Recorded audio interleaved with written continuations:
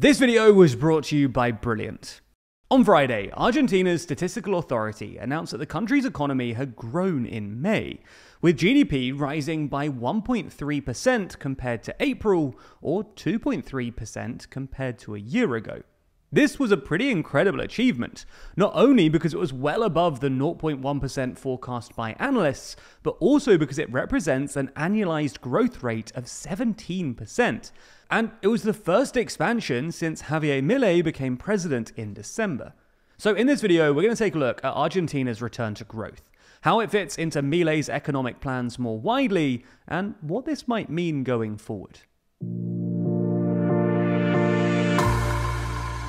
Before we start, if you haven't already, please consider subscribing and ringing the bell to stay in the loop and be notified when we release new videos. So to understand why this number is so great for Milei, you need to understand how he thinks about Argentina's economy and how he wants it to change. Now, this is a bit of a simplification, but broadly speaking, there are four components to GDP. Domestic consumption, i.e. people buying and consuming stuff. Net exports, i.e. the value of your exports minus the value of your imports. Investment, and government spending. Now, generally, economists think that an economy's GDP should include a bit of all of these things. And this is what the IMF and other economists mean when they talk about balanced growth, or conversely, when they warn about unbalanced growth. The best example of unbalanced growth is probably China, where growth is dominated by net exports, while consumption only accounts for a tiny fraction. And the US has sort of the opposite problem, in that GDP is dominated by domestic consumption. Anyway, Argentina is a bit more like the US in this respect than China, in that, at least to Milei's mind, too much of its GDP is composed of consumption and government spending, and this has in turn forced Argentina to borrow too much. Because Argentinians consume quite a lot of stuff, at least in relative terms, this means that they run a current account deficit, i.e. Argentina reliably imports more than it exports. Because export earnings don't cover the import bill, Argentinian households and companies have to borrow money from foreign investors to cover this difference. Similarly, because the government is spending more than it receives in tax revenues, it has to borrow to make up the difference, and so regularly runs a fiscal deficit.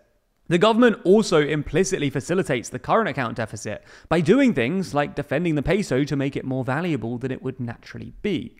The government does this by spending foreign currency to artificially inflate the peso's value, thereby allowing Argentinians to import more than they would otherwise be able to, while simultaneously making its exports less competitive.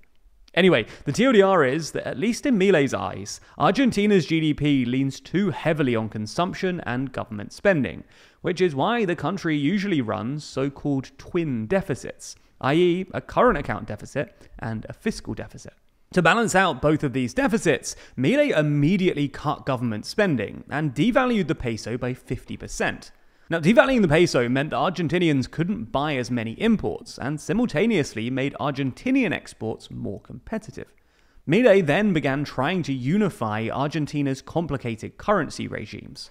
For context, Argentina currently has basically two exchange rates: the official exchange rate claimed by the government and the unofficial or actual rate, known as the blue rate, which is basically always lower than the official rate.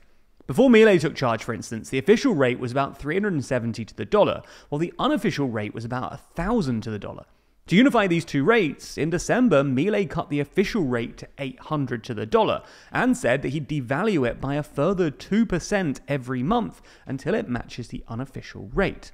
Now, a unified currency is just generally better for an economy, but Milei hoped that by dramatically simplifying Argentina's currency regime, he'd also be able to stimulate investment, because investors would feel more confident investing in a country with a normal currency regime. Anyway, you get the idea. Milei was trying to rebalance Argentina's economy away from consumption and government spending and towards net exports and investment. However, this rebalancing was never going to be immediate, which is why his policies originally pushed Argentina into a deep recession, as consumption and government spending fell dramatically without an accompanying rise in exports or investment. Argentina's GDP duly fell every month after Milei took charge in December, and in the first quarter of this year, Argentina posted an 8% contraction year on year. Nonetheless, Milei was apparently undeterred, and last month started promising Argentinians a quote, V-shaped recovery that would apparently be driven by exports and investments. And well, at first glance, it looks like that's exactly what's happened, given the impressive growth we just saw in May. However, this number probably paints too rosy a picture. While exports are indeed up a fair bit, the data on investment is a bit murkier, and most of last month's growth was driven by the agricultural sector, which more than doubled production compared to last year, when Argentina was struck by a brutal drought. Most other industries, including construction, manufacturing, and retail, actually saw declines, which suggests that the economic recovery is dangerously narrow, not the sort of balanced growth Milei might have been hoping for. Perhaps the main problem for Milei at the moment is the fact that the peso's unofficial rate is devaluing at a faster rate than the official rate, which, as we mentioned a few seconds ago, is now being pushed down by 2% every month. Milei apparently thought that the peso would strengthen once he cut government spending, because, under his analysis, the main cause of peso weakness was the fact that the central bank was printing money to facilitate this government spending. However, this hasn't happened, and the peso's black market rate, known as the blue rate, has actually been falling at a rapid pace. Between just May and July, the blue peso lost 30% of its value, going from about 1,000 to the dollar up to about 1,400 to the dollar. This is obviously a lot faster than the government's 2% monthly crawling peg, which means that the distance between the peso's official rate and unofficial rate is actually increasing, not decreasing. This really scuppers Milei's plan to unify the two rates in order to encourage investment. But the obvious solution to protect the peso's market rate, i.e. raising interest rates, isn't really open to Milei either. That's in part because high interest rates would probably push Argentina back into recession, but also because, as we've mentioned in other videos, the Argentinian Treasury and Central Bank both have so many interest-linked short-term liabilities that a higher interest rate would actually inject more money into the economy, potentially stoking inflation yet further. It's interesting that even as people ostensibly into politics, the TLDR team spends more and more time analysing data and economic information as it becomes increasingly critical. But as a bunch of people who are ordinarily more focused on words than numbers, we've really benefited from courses on brilliant.org in order to keep ourselves sharp. That's because Brilliant is the best way to learn maths and computer science in a fun and interactive way.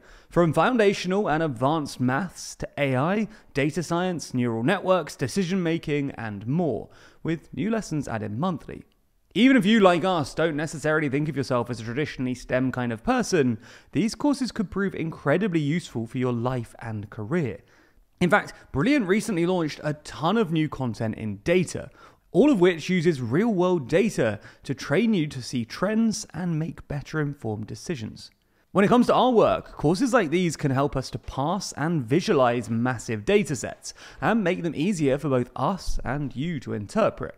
Plus, these new courses include real-life datasets from sources like Starbucks, X, and Spotify in order to bring the learning to life. To try everything that Brilliant has to offer for free for a full 30 days, go to brilliant.org/TLDR or click the link in the description. Plus, by doing so, you'll also get 20% off an annual premium subscription. Thank you for watching, and thanks to Brilliant for sponsoring this video.